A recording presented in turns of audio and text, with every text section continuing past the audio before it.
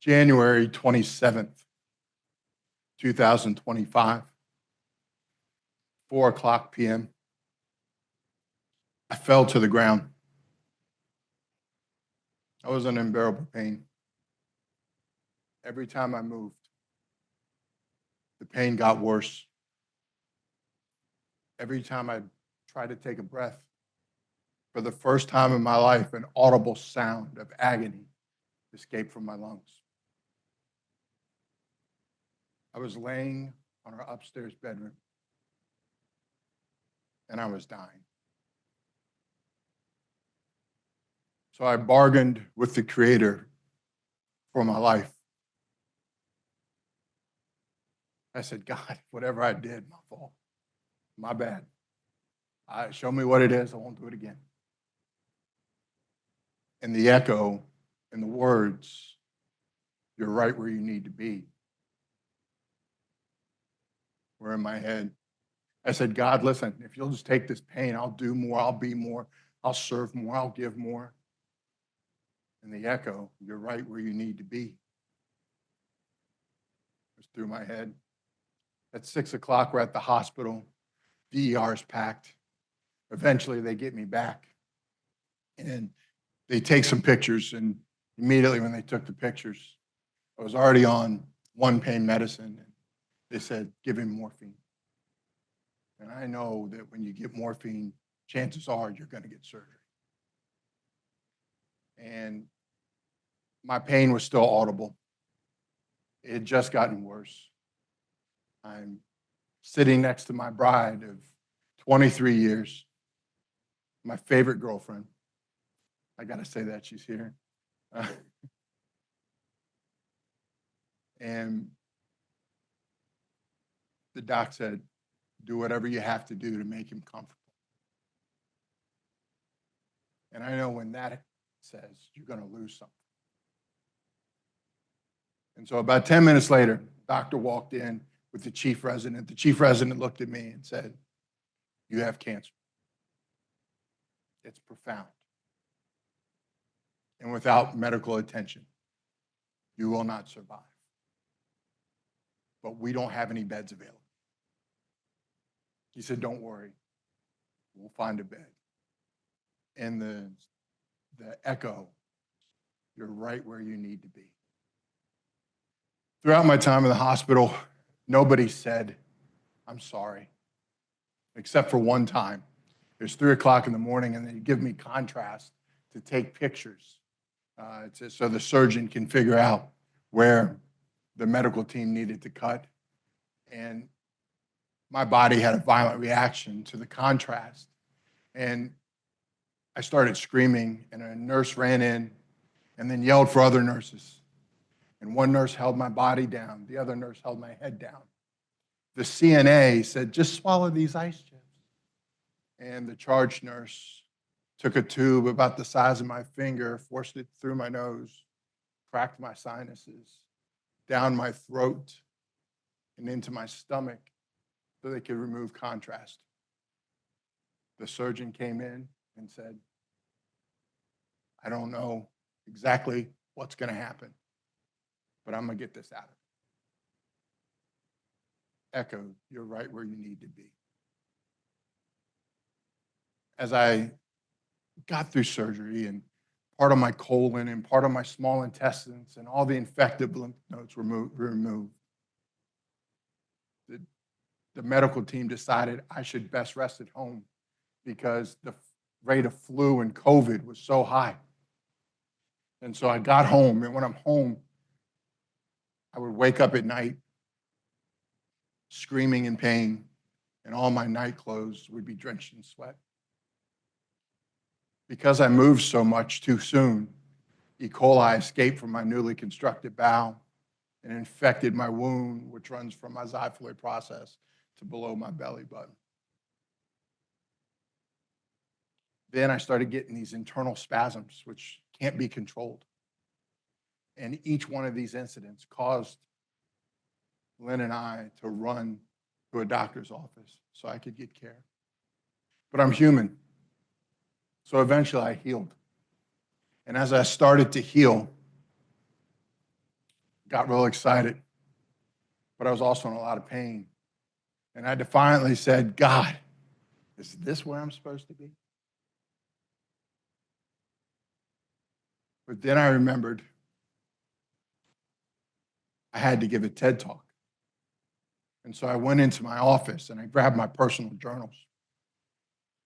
And from 2015 to 2023, because 24 wasn't done yet, and I opened the personal journal 2015 and I'm flipping through some pages and I see one list that I hadn't completed and I circled it and said, give a TED talk. I'm right where I'm supposed to be, and so are you. The sponsors, the directors, the coordinators, the speakers all wanted to give you the opportunity to think again of how you've been successful, how you could be more successful, how you've been good, but how you can be better. As you might have heard of the Nike campaign, Just Do It. I think collectively, the organizers of this event said, we're going to just do it. We're going to stop dreaming. We're going to put our plans into action. And we're just going to do it. Now, as death was stalking me down and I was ready to go, my God, an awesome God, stepped in and said, not yet. He's got work to do. I think he said he's got to give a TED talk. And I thought to myself, what if I knew that I would be rendered mute, what would I say? I would tell my wife and my family and my friends that I love them. And then, with all I had left, I would remind everybody else to be unapologetically courageous. You might ask, how do you do that? So I submit to you that you've been courageous before. You've overcome something. The first way to find more courage is to identify 3 positive non-negotiables. What is a non-negotiable? You've probably said a non-negotiable. There's no way I'll ever do that. I'm not going to do this. You won't ever catch me doing that. I invite you to think again and make that a positive non-negotiable. I will always do this. And once you find there's 3 positive non-negotiables, those become your values. My values are simple. Be kind, seek justice, have a bias toward action. But you don't want to run around the world telling people about your values. You want people to see it in you, and that's integrity. After you've identified your values, make the rules. Rules and laws are simply a reflection of our collective values. But you get to make your own rules because these are your personal values. There's 3 rules that are enforced in our house and only 3. First rule, people first. Second rule, you get what you get, you don't throw a fit. And what that means is you got to be grateful for what you get, grateful for what you have, but also reminds us if we play stupid games, we get stupid prizes. And the third rule, we stole from a book. It's actually a good movie too. It's called We Bought a Zoo. And the rule is 20 seconds of amazing courage can change the world. If you can add to being courageous, being confident, you're well on your way. How do you be confident? You set goals. Outrageous, impossible goals. And then you create lists. And you start with the most minute detail. And you start crossing things off your list over and over again. And eventually, when you look back, you will see all that you've accomplished. And you will increase your level of confidence. If you can add to being courageous and being confident, Add being bold. First step of being bold is change the hypothesis. Change the hypothetical. Oftentimes in life we say, if I would have done this, this would have happened. If I could just do this, this would happen. I ask you to think again and rearrange that. Start like this. When I do this, this is the impact it'll have. Use the word if for preparation. If this happens, then I can do this. Finally, the next step to being bold is share your goals, your dreams, and aspirations with people who inspire you. People can hold you accountable. Tell them your steps and how you're doing, but also take a beat and find somebody to mentor. Be that person that someone can come to and share their dreams with. The third step is sit with somebody new. Oftentimes, temporary people teach us permanent lessons. So if you can add to courageous confidence and boldness an attitude that I'm going to give you in the next 6 minutes, you're not sorry. I was raised by a single mom in Winchester. I'm the oldest of 3 boys. Not only a single mom, but an extended family and a caring community. And because I was raised by a single mom, I didn't always get what I wanted. And she'll tell you that I didn't even have what I need, but I'll tell her every day I had what I needed. I never went hungry, obviously.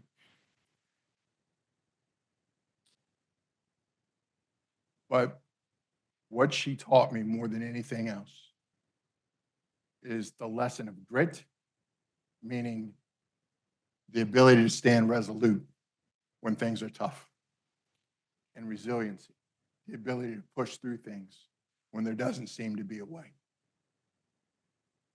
With grit and resiliency, you can scream, you can say, you can whisper, I'm not sorry. You've been through it. In 1943, Abraham Maslow created a hierarchy of needs.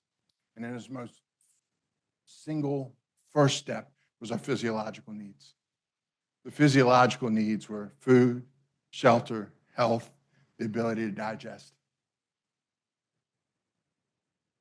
The second need, he said, you could live. The first needs just sustain you, but you could live an okay life if you have safety and security added on to the physiological needs. But Dr. Maslow said, you can thrive if you have love and belonging. So what happens is we believe that love and belonging are so important. See, creativity, everything in creativity is supposed to connect, supposed to belong. Humanity makes it difficult because we've determined that the only measure of a life well lived is the constant success and pursuit of a new goal. And that's fine. But if we're going to do it, we cannot forget about belonging, love, and connection. Because that's what it takes to heal. That's what it takes to win. That's what it takes to thrive. My former boss is a super amazing person, very strong woman. I married a strong woman. I was raised by strong women, and I had the opportunity to help raise our daughter, who's also a very strong woman. Oftentimes when I go by the bathrooms and I see the gender signs, I always think the woman's wearing a cape. So I could only imagine going to my very strong former boss and saying, ma'am, I'm sorry. I need a minute of your time. She would say, Andy, you're not sorry. She would say, you're interrupting me. The most appropriate way to ask that question is this. When you have a minute, please let me know. You don't have to apologize. The unnecessary apology has become our way of trying to minimize an affront that doesn't need to be minimized. For example, if I bump into you, I'm not going to say I'm sorry, but most people would. They'd say, I'm sorry. When I hear that, what I really hear is, you did something to me, and your first thought was to put your feelings onto me. It's selfish. Think again. You bump into somebody, the first thing you really should ask as a human being is, are you okay? You see, the quick I'm sorry has become our way of getting through the uncomfortableness that is needed for intimacy. The quick I'm sorry is really dismissive. It says, there's not enough time to deal with you right now. I don't value you enough to see you as independent. And I'm not going to make the time to do that. So I just say I'm sorry, and we all feel better. I'm sorry has consequences. I want to leave you with this.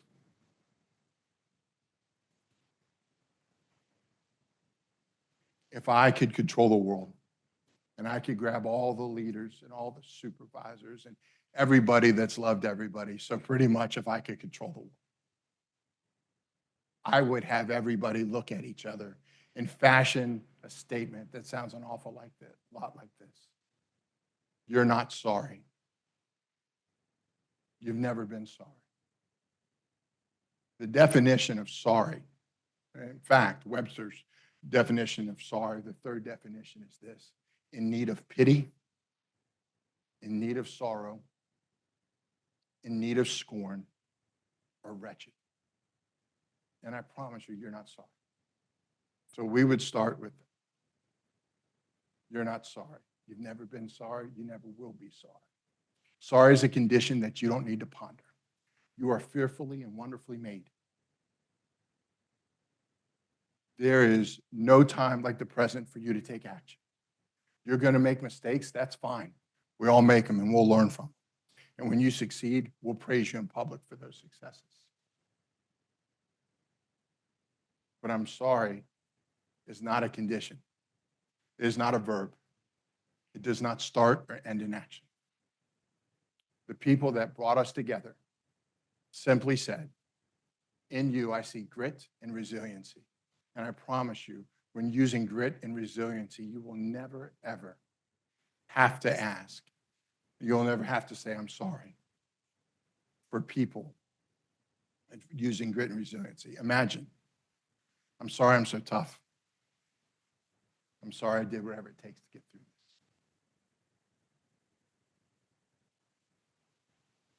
My PhD advisor, Dr. Ann Wendell, reminds me of this. Sometimes the minimum effective dose is really all that's needed.